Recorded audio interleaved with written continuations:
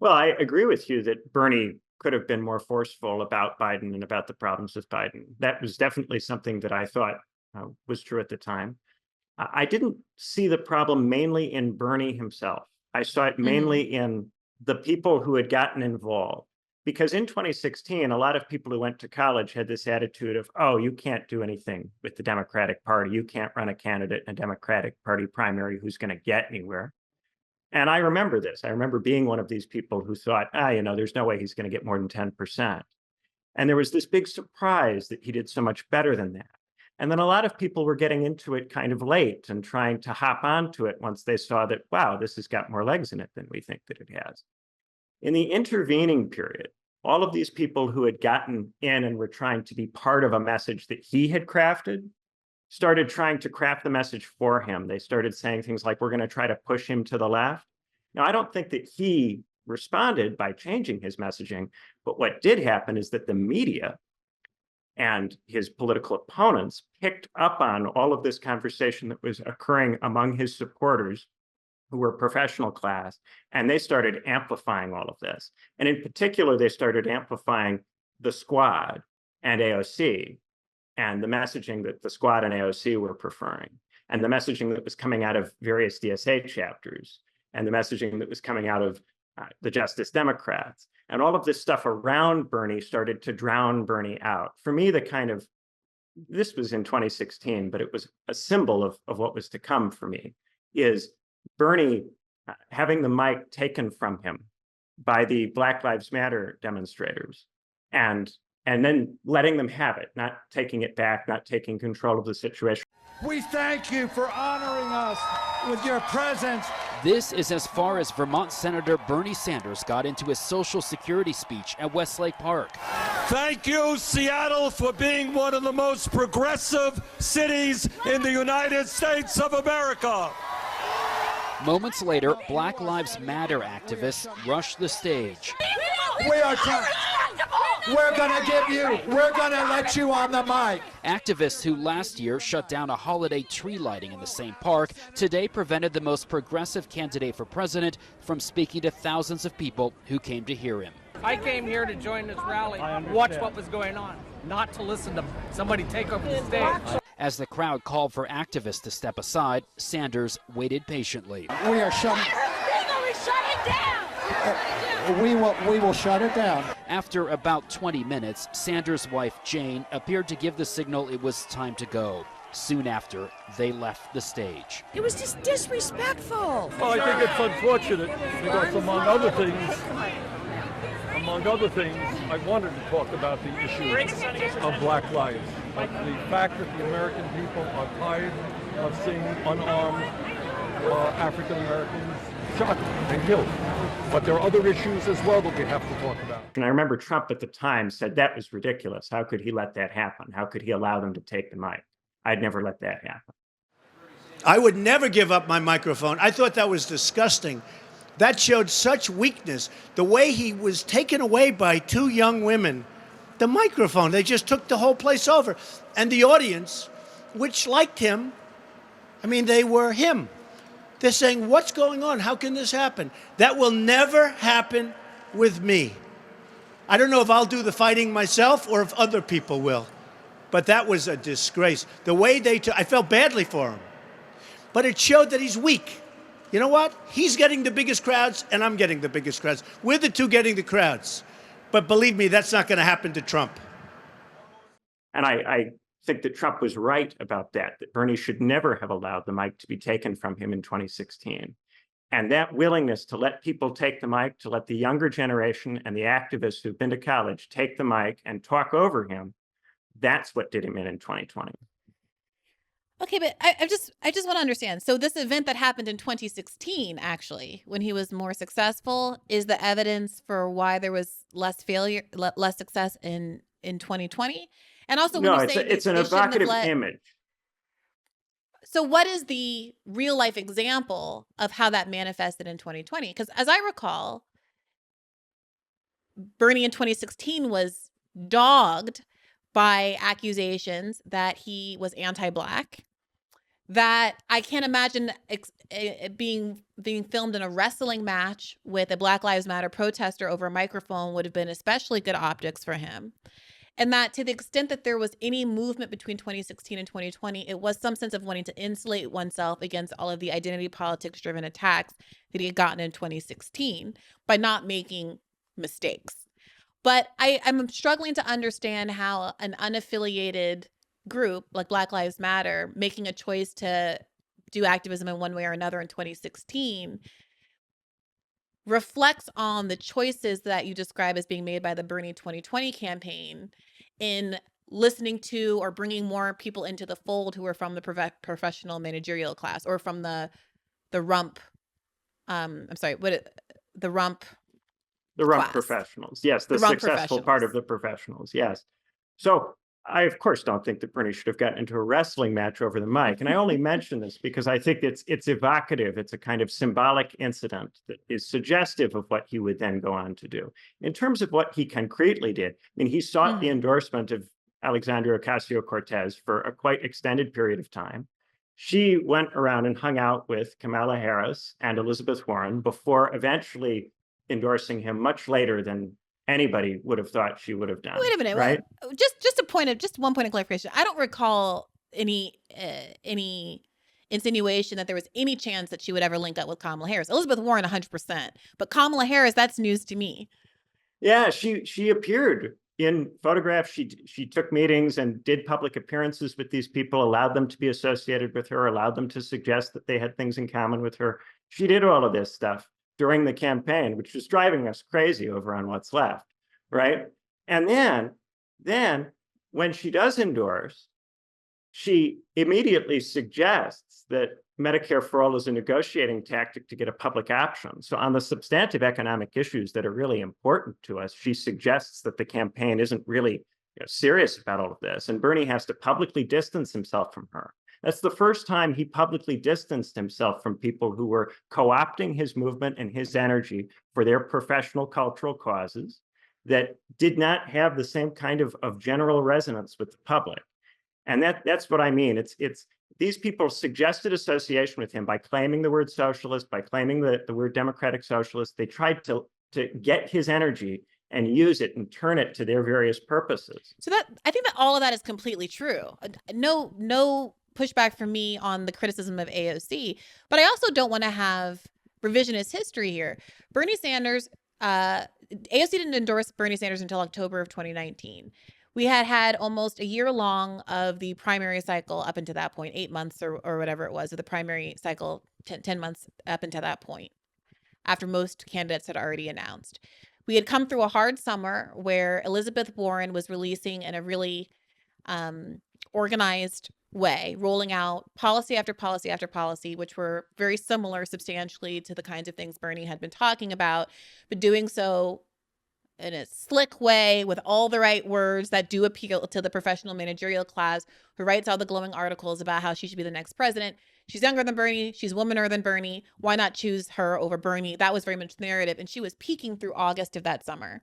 And then in October, Bernie was at kind of a low point and then had his heart attack, which many people thought was going to be the end of him, including the editor-in-chief of The Root and Jason Johnson and a bunch of other people who were basically writing his obituary. And that only at that point, I guess, inspired, moved, saddened by the possibility that Bernie was going to drop out, did AOC endorse. And that endorsement and the endorsement of all the squad members really was a kind of a lifeline to the campaign. And after that, he rebounded enormously and was back in the fight again. So as much as I agree with you about what AOC has become and what there were signs she was becoming even at that time, it's hard for me to make the case that Bernie would have been better off in 2020 had he not gotten those endorsements. And moreover, it seemed to me that the criticism you were making wasn't so much that he was associated with people who were bad for the campaign, but that somehow he had chosen to surround himself with this different class of people than were around him in 2016 and had sort of bought into a way of framing the issues or talking about things that was alienating to voters, which I got to say, I didn't see any evidence of. The main difference between 2016 and 2020 was that in 2016, he didn't have a real campaign operation, as I understand it, because he had no idea he was going to be that successful. And he just had fewer of everything and a smaller team of everyone as compared to 2020. But not necessarily that there were some notable ideological shifts regarding who he surrounded himself with. Well, I want to make it clear there are some differences between me and my former co-host about exactly what went wrong and the nature of it. She had a critique that was more focused internally on how the campaign was messaging. My critique was more focused around this this feeling that the campaign seemed to have that it couldn't distance itself from what other people were doing. So it was less what the campaign was positively doing and more that it was allowing itself to become associated with things that it knew were general election vote losers and that it knew were vote losers in many parts of the country. But it felt, and I think this goes to some of what's wrong structurally with the system, it felt that it couldn't win the Democratic primary unless it made more of an effort to compete for those Warren voters who were disproportionately professional class. So it felt it needed the endorsements of people like AOC to be able to compete for those voters. And because of the nature of the Democratic Party and the class composition of its primary base, I think this was true. It was the case that in the Democratic primary, you needed to win a lot of professional class voters. And that meant that to win the primary, you needed to do things that would weaken you in the general election were you to make it there. And this is a point that gets made a lot, that candidates do things in the primaries that cause them to lose the general. It's often made in a kind of, well, you pull too far to the left and then you need to pull to the center. I don't think that's really what goes on. I think what happens is that candidates pitch an overly professional campaign that caters to the professional class college educated sensibility. And then they have to move in the direction of a more universal working class campaign after that point. They have to move away from some of those pet issues and pet discussions that they have in the primary. And that's the thing that I think was really fatal to the campaign. The lesson the campaign took from 2016 and from that summer with Elizabeth Warren is that there's a need to win these professional class voters because they're the decisive demographic. And I think what we saw in the primaries is that the campaign was successful in shoring up support with those voters. It did gain substantially in college towns and in the blue cities, but it lost a lot of rural voters along the way in that primary. And it would have lost even more of them, I think, in the general had it made it there. Yeah, I guess I don't think, first of all, I don't think that the argument is that you need to shore up professional class voters. I think that the reality is that the media class has its knife out for someone like Bernie Sanders. And you can neuter their attacks on you that then do have downstream effects in terms of how voters are perceiving you by insulating yourself against criticism from them. So I don't think that AOC doesn't have some national constituency that's going to vote the way that she votes, and therefore it's important to get her on board to secure those votes. I think the reality, though, is that if Bernie Sanders is being accused, as he was at the end by Elizabeth Warren, of being a sexist who said a woman can never be president, having the all-female squad at your back is helpful to push back against those kinds of accusations.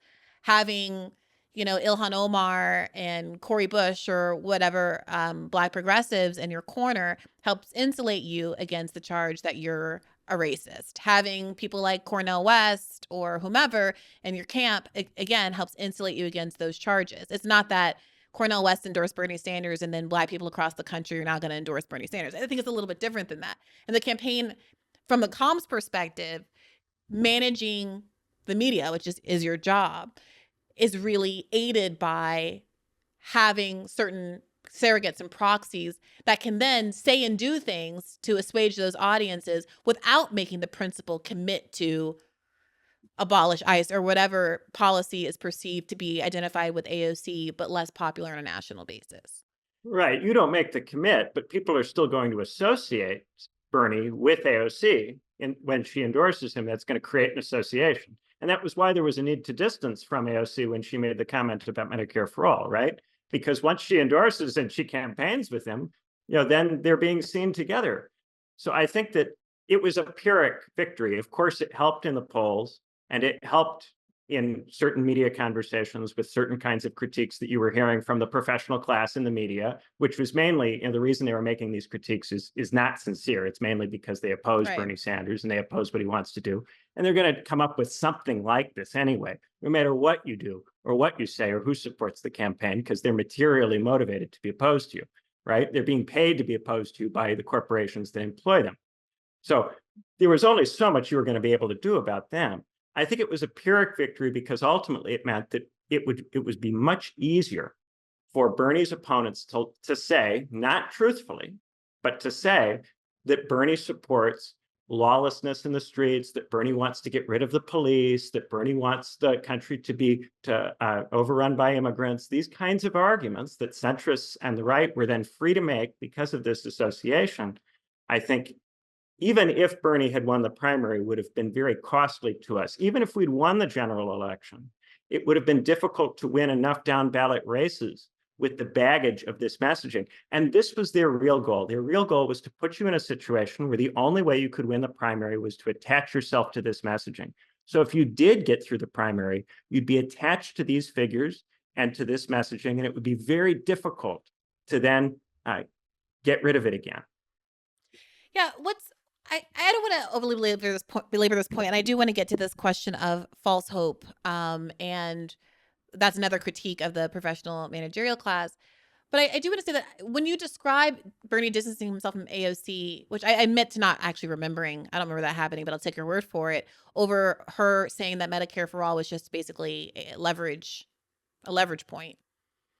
That's a substantive disagreement. That's not a messaging call. That's Bernie Sanders exercising and reaffirming his principled commitment to a policy that he's been articulating a preference for decades. And I think that's in a very different category of having to distance yourself from someone on an issue that you fundamentally don't agree. Like, if Bernie doesn't say he wants to abolish ICE, then someone can try to say that about him. But the thing about Bernie, the magic about Bernie, and part of why he was so successful, is because since he had such a long record, the stuff people would say about him wouldn't stick. And we all know what people said about him. People have been calling him a socialist and a Maoist and whatever else his entire career. But his likability score was then and is still now sky high.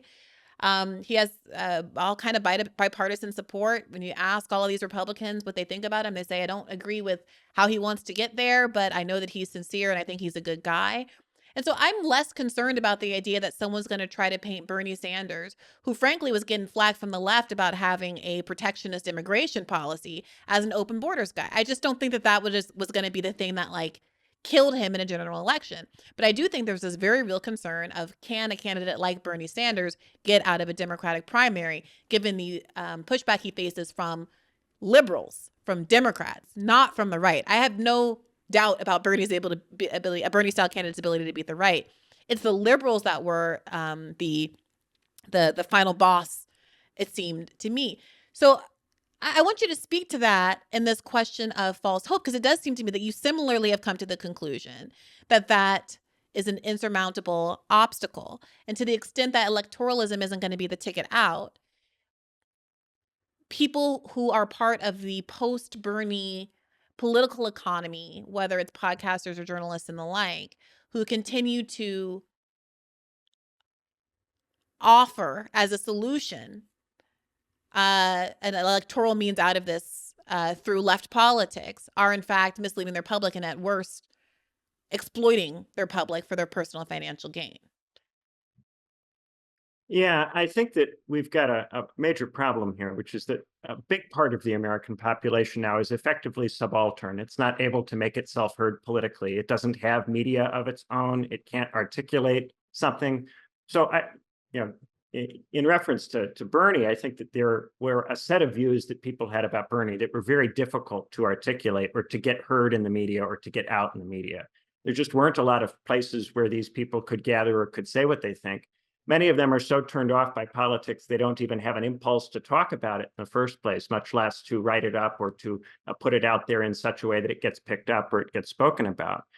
For me, in the 2020 campaign, we saw the evidence of these people in the decline in Bernie's vote share in those rural Iowa counties. Those people didn't make any kind of noise in the press. We couldn't hear them. We couldn't find them. But we saw them in that primary not show up for him and instead vote for Pete Buttigieg, people who we know must have voted for Bernie previously, based on the percentages. But voted for Pete Buttigieg of all people in that election. I mean, yeah, but what do you do with that? Do you see that as a success of Pete Buttigieg's message, and that we should all, is he not the king of professional managerial class rump politicians? I mean, does it get any more rump than the Harvard guy who goes to work for McKinsey and then oopsie daisies his way into being the mayor of a small town before immediately running for president? Well, to me, that says something went terribly wrong, that in these rural counties that Bernie won with large majorities in 2016, Pete Buttigieg is winning them in 2020 with Bernie in the race. Something went terribly wrong for that to happen. But what's the something? I'm asking you to kind of drill down on that, because if you're saying that all of Bernie's successes in 2016 are attributable in some way to his message and the fact that he's not listening too much to the professional managerial class, then to what do you attribute Buttigieg's successes? Was he the real McCoy proletariat voice? Or are there other factors here that aren't necessarily so correlated with what any candidate is doing in a cycle? Like, for example, might some of Bernie's 2016 success have been related to the fact that so many people who previously voted as Democrats hated Hillary Clinton, and he was simply the beneficiary of that? And without Hillary Clinton in the mix in 2020, they were willing to diffuse their votes among a variety of different candidates. I mean, that's possible. It's possible that those people were never that left-wing in the first place and that they only voted for Sanders because they didn't have some other third person in the race to vote for. That's certainly possible. And of course, if that's true, then that is suggestive that the electoral strategy is in very, very bad shape. Agreed. I try to suggest that maybe there were more legs in it than we thought, if only because in 2016, he did so much better than we expected. It made me think maybe we need to question some of our assumptions about people and what they're willing to support and what they might be motivated by. And I did see these other factors as things that I could see, coming from Indiana and hanging around a lot of rural people, a lot of suburban people in a Midwestern state. I could see these things were having an effect. And I saw this with friends, and I saw this with people that I knew. And none of their perspectives were getting into the media. None of them were in these kinds of discussions that people were having. And it seemed to me that this stuff was just being lost. So when I was on What's Left, a lot of what I was trying to do was to give some voice to these perspectives from people back home that it seemed to me were just not part of the national conversation. But I think more fundamentally, there is a creeping just confidence problem with the whole political system. Because at this point, we've gone through so many different election cycles. People have elected so many different people on the basis of this person is supposed to bring hope and change. This person is supposed to remember the forgotten Americans. And each time we don't actually get anywhere.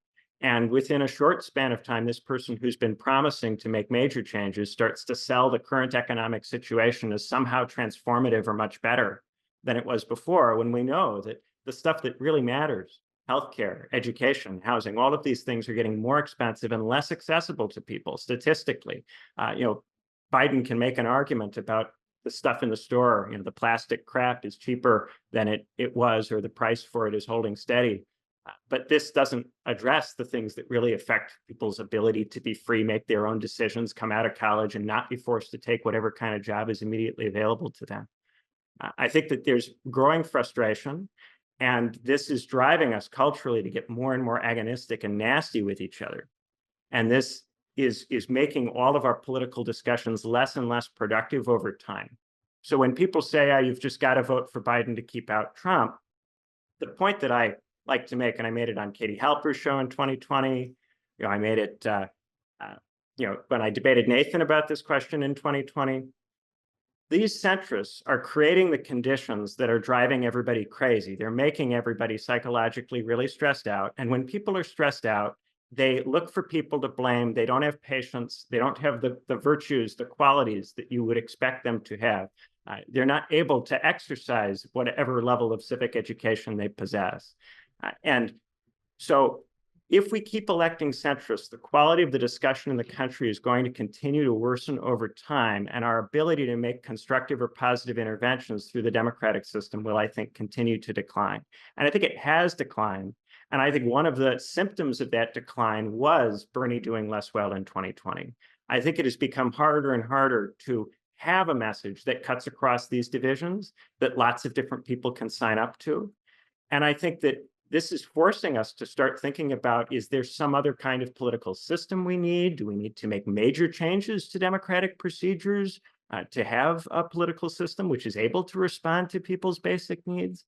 And when we start having to ask these questions, what's the point of electing a handful of people to Congress? And we've got maybe a dozen people who ostensibly are supposed to support what we support, but oftentimes they're not even doing what's necessary to even credibly appear committed to the things in question that we thought they were committed to when we put our time and energy into getting them elected.